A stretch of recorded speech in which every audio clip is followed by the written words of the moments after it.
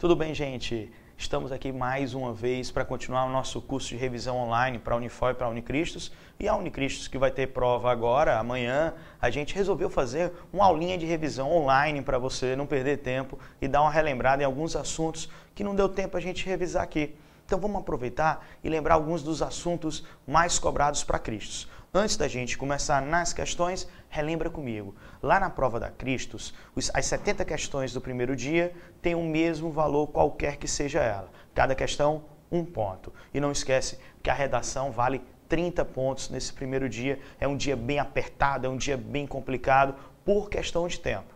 No segundo dia, que são as nossas específicas, a gente tem 70 questões também.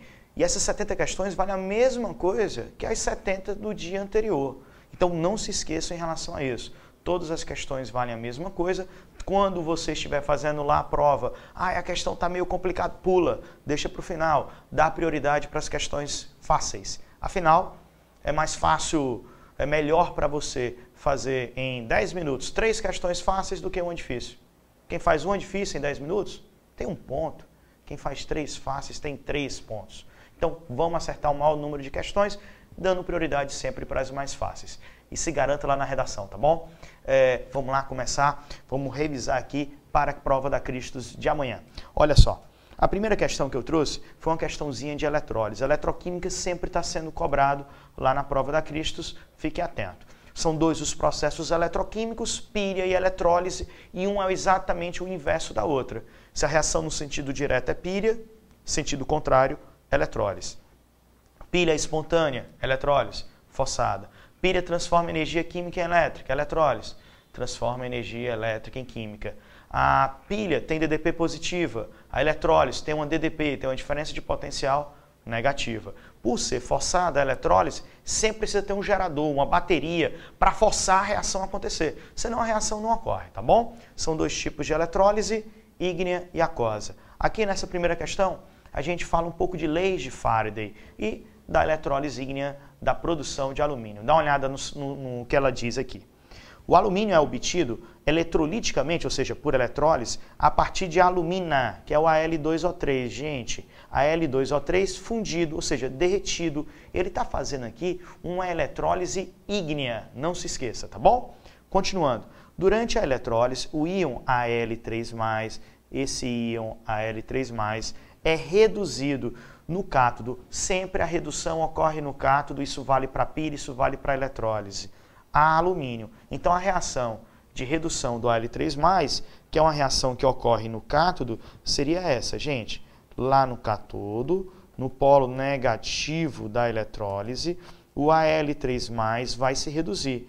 Ele vai perder sempre a carga dele. Se é mais 3, perdendo a carga, ele vai precisar de 3 mols de elétrons, formando alumínio em... Tudo bem? Essa é a reação catódica. Continuando a leitura. Supondo-se uma célula eletrolítica funcionando por 30 horas, vou anotar aqui, ó, vou grifar os dados, pois é a partir desses dados que a gente vai encontrar o que ele quer. Na qual circulou uma corrente de 50 ampere, a constante Faraday, 96.500 coulombs, essa constante é a carga de 1 mol de elétrons. A massa em gramas, olha o que ele quer. Eu vou circular o que ele quer com esse verdinho. Ele quer a massa em gramas de alumínio depositada no eletrodo vai ser de quanto? Vamos encontrar essa massa. A gente vai fazer por estequiometria, bem tranquilo mesmo. Ele quer saber a massa de alumínio que foi depositada por essa carga aí. Mas, Michael, como é que eu calculo a carga que eu utilizei? Não se esqueça, para encontrar a carga é só fazer o kit. Kit, fácil, olha só, olha para cá. Kit, carga é corrente vezes o tempo. Kit. Essa carga vai ser a corrente que ele me deu, 50 ampere, vezes o tempo. Só que esse tempo tem que estar em segundos, não são 30 horas, passa para segundos. 30 vezes 3.600 segundos. Essa carga vai estar em coulomb.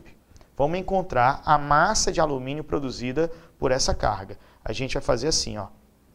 Perceba que, de acordo com a estequiometria da reação, para cada 3 mols de elétrons, para cada 3 mols de elétrons, você produz 1 mol de alumínio. Mas qual seria a carga de 3 mols de elétrons, Michael?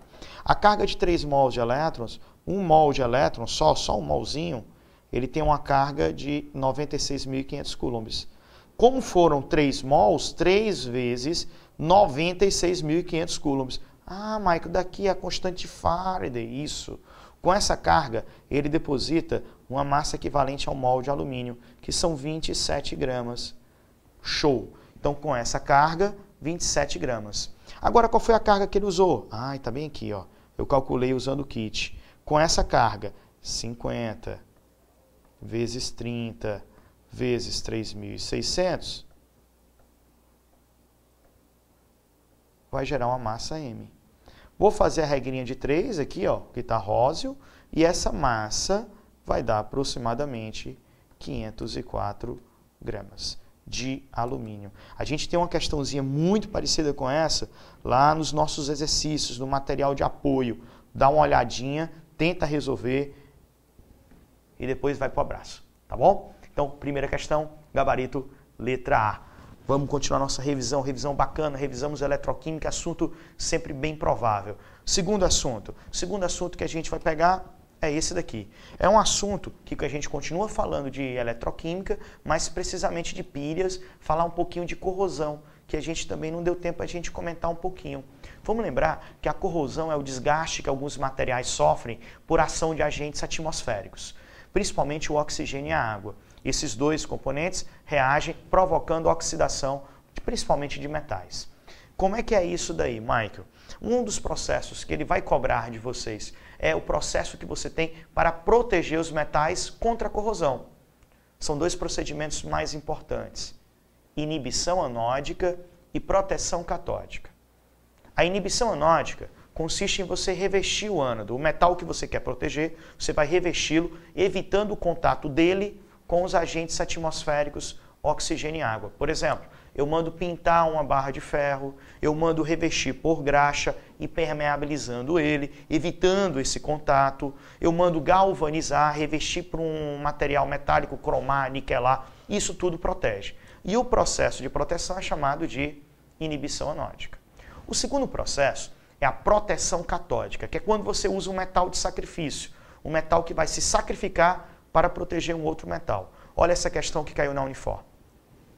A manutenção de tubulações, tanques de estocagem e estruturas metálicas exige um combate constante contra a corrosão do aço.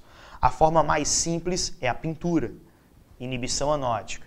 Outro método empregado de menor custo e mão de obra é a proteção catódica. O objeto de ferro a ser protegido é conectado a um bloco de um metal ativo, o ânodo de sacrifício. Observa que o ânodo de sacrifício, também chamado de metal de sacrifício, se ele é ânodo, ele sofre oxidação. Esquece não. Diretamente ou por meio de um fio. Então ele vai conectar por meio de um fio ou diretamente o metal de sacrifício, o ânodo de sacrifício, ao elemento que ele quer proteger, ao metal, à peça que ele quer proteger. Enquanto o metal ativo durar, o ferro é protegido. Com base nos dados tabelados a seguir, vamos ver qual a resposta correta. Gente, ó, não esquece. O metal de sacrifício, ele é como se fosse um segurança. Ele vai funcionar se sacrificando para proteger o metal que ele quer, que ele deseja proteger. Então, vamos supor que você tenha bem aqui, ó. Deixa eu passar o slide. Vamos supor que você tenha bem aqui um cano de ferro. E esse cano está exposto à corrosão. Mas eu vou ligar esse ferro a um metal bem aqui. Vou pegar aqui magnésio. O magnésio, ele tem uma vontade de perder elétrons maior do que o ferro. Essa vontade na química nós chamamos de potencial de oxidação. Como o ferro está exposto ao ambiente, ele acaba se oxidando, perdendo seus elétrons e virando ferro 2+. Michael, vai ter vazamento, não é assim? Calma. Não tem, graças ao magnésio. Esse magnésio se sacrifica e dá os seus elétrons para o ferro 2+, se regenerar a ferro metálico. Então você tem aqui um sacrifício do magnésio. E por causa desse sacrifício, a gente o chama de metal de sacrifício, ou anodo de sacrifício, ou simplesmente eletrodo de sacrifício. O metal de sacrifício ele tem uma característica muito importante. Ele tem que ser, não se esqueçam, ele tem que ser mais reativo que o metal protegido.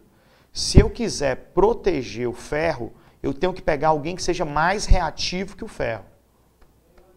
Se ele for mais reativo, ele pode ser metal de sacrifício.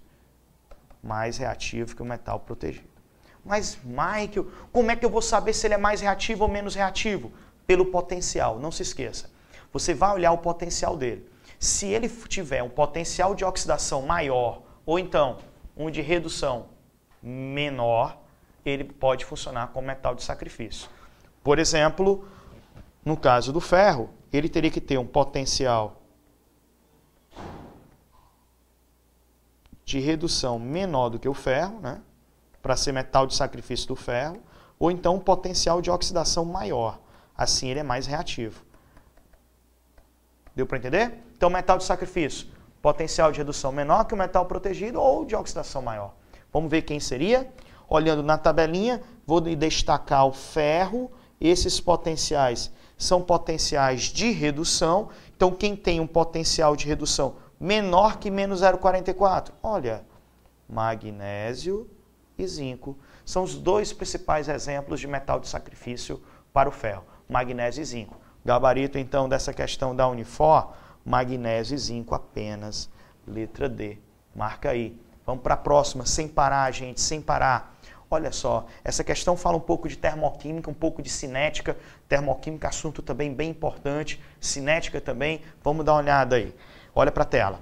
A água que forma os oceanos gotejou das nuvens, depois que a temperatura elevada do interior da jovem Terra retirou átomos de oxigênio e hidrogênio de rochas constituídas de compostos como a mica.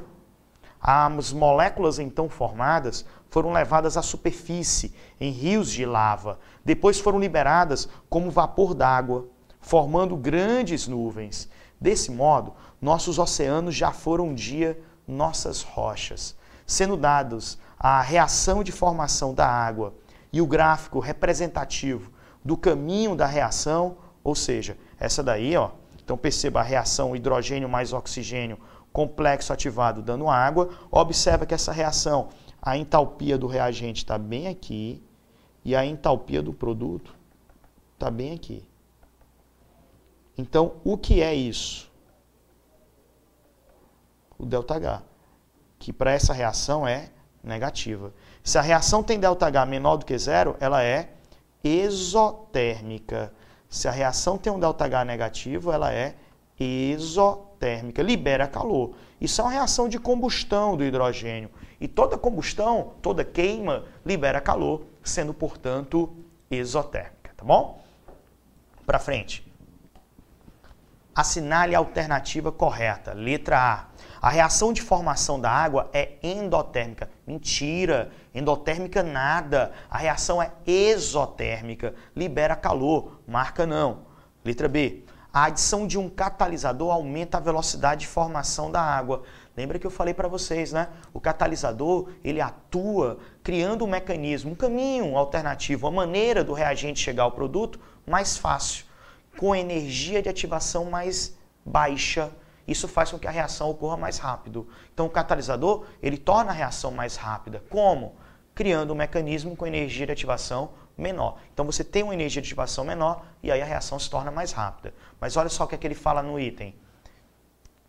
Pois diminui a entalpia? Nada disso. O catalisador ele não mexe na entalpia, ele mexe na energia de ativação. O ΔH continua sendo o mesmo. Então, mentira, não marca a letra B. Letra C. Quanto maior a frequência de colisões efetivas entre as moléculas de hidrogênio e oxigênio, maior a velocidade da reação. Teoria das colisões. Quanto maior o número de colisões efetivas entre os reagentes, maior vai ser a velocidade. Tudo bem? Verdade, letra C. É a chamada teoria das colisões. Isso é meio que óbvio. Olha só os itens D e E. D, a velocidade de decomposição de hidrogênio é a metade da velocidade de decomposição do oxigênio. Não esqueça, gente, ó, para essa reação, hidrogênio mais oxigênio dando água, a velocidade do hidrogênio sobre 2 é igual à velocidade do oxigênio sobre 1, que é igual à velocidade da água sobre 2. Então, perceba aqui que se você for comparar hidrogênio com oxigênio, a velocidade do hidrogênio é o dobro da oxigênio. Ela é diretamente proporcional ao seu coeficiente, esquece não. Então, 2 vezes maior é a velocidade do hidrogênio em relação ao oxigênio. Mentira, não marca. E letra E, a velocidade de decomposição de oxigênio é o dobro da velocidade de formação da água. Não, a velocidade de formação da água é o dobro do oxigênio. Ele trocou de novo. Gabarito, letra C. Ok? Então, beleza. Questão 3 morreu. Vamos para 4. Ah, questãozinha da Cristos. Questão boa. Questão de equilíbrio. Sempre cai, sempre cai. Não esquece. Aqui ele dá falando sobre o bicarbonato de sódio, né? Que é um sal que a gente utiliza para combater, por exemplo, a acidez estomacal. É um sal de caráter básico. A sua fórmula é essa, NaHCO3. E ele fala da reação de hidrólise do bicarbonato de sódio. Lembrando que quando você tem uma hidrólise de sal, sempre quem vai sofrer hidrólise é o derivado do fraco. Como tudo na vida, quem sofre é o fraco. Quem sofre é o derivado ou do ácido fraco ou da base fraca. E quem manda no caráter é o forte. Né? Quem manda é o forte, quem sofre é o fraco. Quando você pega o bicarbonato de sódio, está aqui, ó, ele vem de NaOH, que é uma base forte, e H2CO3, que é um ácido fraco. Quem manda é o forte. Se a base é forte, esse sal tem caráter básico. Agora, se o ácido é fraco, é o ânion bicarbonato que vai sofrer hidrólise. Vai reagir com a água e vai dar o meio básico. Tudo bem? Vamos ver o que a questão pede. Lembrando um pouquinho, né? Ele deu a constante do ácido, a massa molar de bicarbonato de sódio, deu o logaritmo de 5, Kw, 10 a menos 14, a 25 graus Celsius.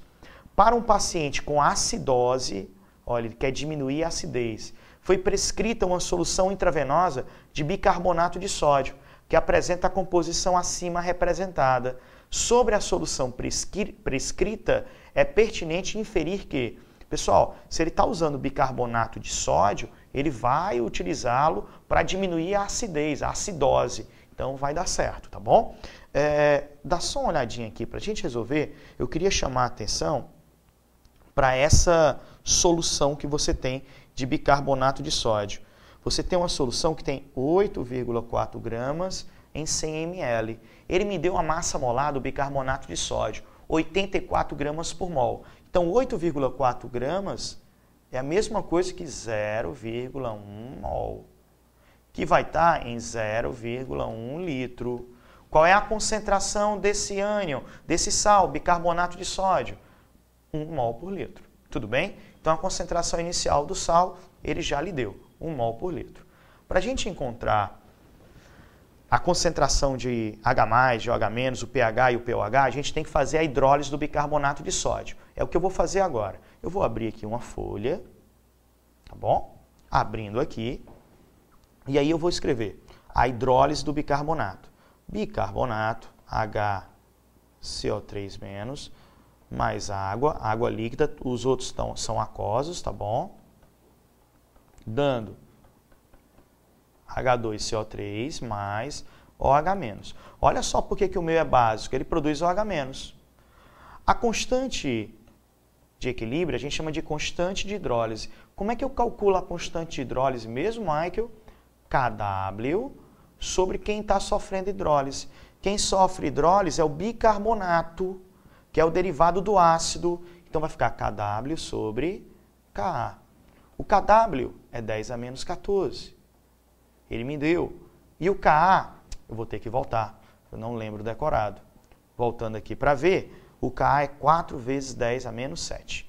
Então vou pegar esse Ka, voltando lá, 4 vezes 10 a menos 7. Essa é a constante de equilíbrio. Não vou fazer a continha agora não, tá bom? Essa é a constante de equilíbrio. Vamos lá, fazer na tabelinha, início, reage, forma, equilíbrio. Vamos lá. No início, nós temos quanto de quanto de bicarbonato? 1 mol por litro. Outra coisinha. 0 de H2CO3, 0 de OH-, porque a reação ainda não aconteceu. A água, lembrando que ela não entra na expressão da constante, porque ele é o líquido solvente. Quanto é que vai reagir de bicarbonato? Não sei, vamos supor uma quantidade X qualquer. Então, vou botar aqui, ó, menos X. Não esquece mais uma vez, essa linha do meio, ela é preenchida pela proporção estequiométrica. Não é de 1 para 1 para 1, então aqui vai ser X, X e X. Se fosse 1 para 2 para 1, X, 2x, X. Como é todo mundo 1, menos X, mais X que está sendo produzido, mais X porque também está sendo produzido. Quanto é que a gente vai ter aqui no equilíbrio? 1 menos X, X e X. Galera, a concentração que você tem, 1 menos X, é aproximadamente 1. Porque o bicarbonato ele tem uma concentração maior que 400 vezes a constante, bem maior. Então isso quer dizer que ele se ioniza muito pouquinho. O valor de X é muito pequeno em relação a 1. Por isso a gente pode aproximar. Fazendo aqui a constante de hidrólise, nós podemos dizer que a constante de hidrólise vai ser concentração do H2CO3. Ai, Mike, é produto sobre reagente. Isso, galera. Concentração de OH- elevado a 1, que é o coeficiente, sobre a concentração do bicarbonato. Dá para a gente fazer, não dá? Constante de hidrólise, 10 a menos 14, sobre 4 vezes 10 a menos 7, é igual a x2, que é x vezes x, x vezes x, sobre 1. Esse x vai ser a minha concentração de OH-. Quanto é que vai dar? Fazendo aqui, ó, vai dar 1/4 0,25. Vai ficar 5 vezes 10 elevado a menos 4,5. Porque aqui vai ficar 1/4, que é 0,25, aqui 10 a menos 7. 25 vezes 10 a menos 9. 5 vezes 10 elevado a menos 4,5. Só tirando a raiz, tá bom, gente? Tirei a raiz disso daqui, ó.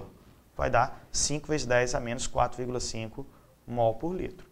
A partir da concentração de OH-, a gente encontra o pOH. Olha, por favor, não esquece, eu chamei a atenção disso na aula de equilíbrio, vou chamar de novo agora. Eles gostam na Cristos muito pedir o pH e o pOH. Se ele me der a concentração de H+, e pedir o pH, é 10 elevado a menos pH. Então, concentração de H+, 10 a menos 3, pH é 3. Concentração de H+, 10 a menos 7, pH é 7. Mas quando ele lhe der a concentração de H+, assim, ó, A vezes 10 elevado a menos B, semelhante ao que a gente encontrou aqui, para você ter o pH, você faz assim, de trás para frente. B, ó, B menos. O que era o exponencial vira logaritmo. B menos log de A. Olha só como é que vai ficar então.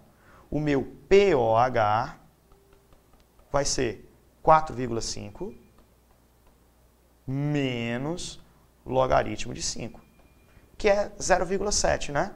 Então, o meu pOH vai dar 4,5 menos 0,7, 3,8. Se o pOH é 3,8, quanto é o pH? 10,2. pH básico. Legal. Agora vamos marcar lá. Voltando lá para a questão. Exercícios. Olha só. pH 10,2. E será eficaz porque tem caráter básico. Questão de alto nível da Cristos. A Cristos, ela costuma cobrar questões difíceis, complicadinhas, mas tem que ser assim para poder diferenciar. Então, bora ficar atento, lembrando, todas as questões valem a mesma coisa, tá bom? Para frente, vamos lá. Questão de reações orgânicas. Teste odorífero para detecção de cocaína, né? O cara tá cheirando aqui cocaína, eita. Olha só como é que é essa reação. Ele tem esse composto. Que função orgânica é essa, Michael? Deixa eu pegar aqui uma corzinha Que função orgânica é esta que eu tenho aqui na cocaína? Éster. Então aqui você tem um éster. E você está reagindo o éster com essa substância aqui, ó, que é um álcool, o metanol. Pessoal, reação de éster com álcool a gente chama de alcoólise, é uma quebra pelo álcool. Você vai quebrar o éster usando um álcool. Essa reação a gente chama de alcoólise. Essa reação é alcoólise ou transesterificação. Essa reação é que o pessoal usa para a produção de biodiesel. Fica atento em relação a isso. Transesterificação. Vamos dar uma olhada na questão. A gravura representa um teste realizado para detectar a presença de cocaína, bem como a equação química representativa da reação que ocorre. Sobre a que foi apresentado, infere-se que é uma reação de hidrólise alcalina? Não, hidrólise alcalina não. É uma alcoólise. A hidrólise alcalina é a que produz sabão, é a reação de saponificação. Você vai reagir com soda cáustica, o éster. Então tá errado, mentira, não marca. B, é uma reação de transesterificação. Opa, é essa mesmo. É uma transesterificação. Reação de saponificação é a hidrólise alcalina, não esquece. O teste é ineficiente, pois o benzoato de metila é inodoro, não tem nada a ver. O processo reacional é uma substituição eletrofílica, não. Substituição nucleofílica e não eletrofílica. Beleza, errado, gabarito, letra B. Bem, pessoal, a gente fechou um pouquinho o nosso conteúdo hoje para revisar para a Unicristos. Lembre-se de todas as dicas que a gente deu. Eu peço para você rever essa aula, reveja algumas aulas mais importantes do nosso curso online, dá uma relembrada nos principais assuntos, mas amanhã, na sexta-feira, dê uma descansada, dê uma relaxada para a gente fazer uma excelente prova. Eu vou estar lá no dia da prova para dar uma forçazinha para vocês, dar aquele abraço, aquele último vai dar certo e pode ter certeza, vai dar certo. Estamos juntos. Um grande abraço, fiquem com Deus e até a próxima. E lembrando, não esquece que semana que vem a gente continua revisando, agora focado inteiramente para o Unifor. Tchau, gente. Um grande abraço. Valeu!